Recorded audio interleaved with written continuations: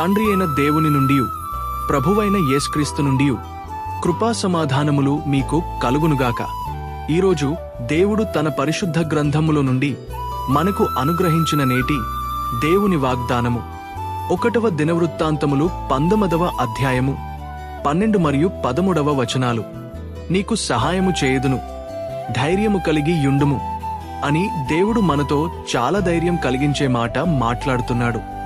నా ప్రియ క్రైస్తవ సహోదరి సహోదరులారా, ఇశ్రాయేలీయులకు నిత్య శత్రువులైన అమ్మోనీయులతో యుద్ధము చేయబోతున్న యోవాబు తన సహోదరుడైన అబీషైని ధైర్యపరుస్తూ ఈ మాట పలకడం జరిగింది.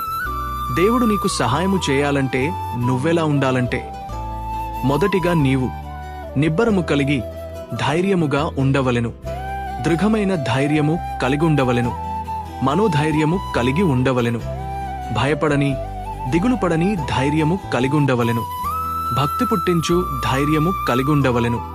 నా ప్రియ క్రైస్తవ సహోదరి సహోదరులారా, ఇశ్రాయేలీయుల సైనికులు ధైర్యము కలిగి దేవునియందు విశ్వాసముంచి సహాయము పొందారు.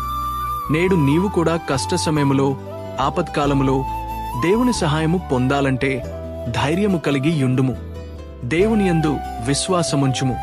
తద్వారా దేవుడు నీకు సహాయము, శాంతి, సమాధానములు అనుగ్రహించును. అట్టి కృపదేవుడు మనందరికి దయచేయనుగాక. ఆమెన్. ప్రార్థన.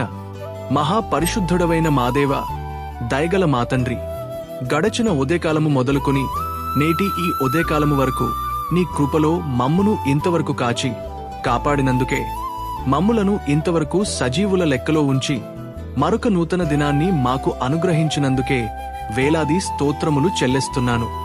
ఈరోజు మేము చేయబోతున్న పనుల్లోనూ రాకపోకల్లోనూ మీరు మాకు తోడుగా ఉండండి. ఎవరైతే షుగర్, బీపీ, కిడ్నీ, థైరాయిడ్ మరియు ఇతర సమస్త వ్యాధి బాధ బలహీనతలతో బాధపడుతున్నారో వారందర్నీ మీ గాయపడిన హస్తముతో ముట్టి స్వస్థత అనుగ్రహించమని ప్రార్థిస్తున్నాను.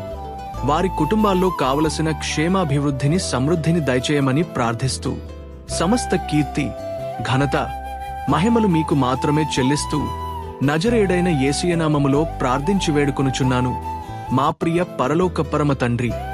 ఆమెన్. దేవుని కృప సదాకాలము మీకు తోడైయుండునుగాక. ఆమెన్. మీలో ఎవరికైనా ప్రార్థన అవసరతలు ఉంటే ఆమెన్ అని కామెంట్ చేయండి. నేను మీకోసం ప్రత్యేకంగా ప్రార్థిస్తాను. అలాగే మన ఛానల్ని సబ్స్క్రైబ్ చేసుకోవడం మర్చిపోకండి. దేవుడు మిమ్మల్ని దీవించునుగాక. ఆమెన్.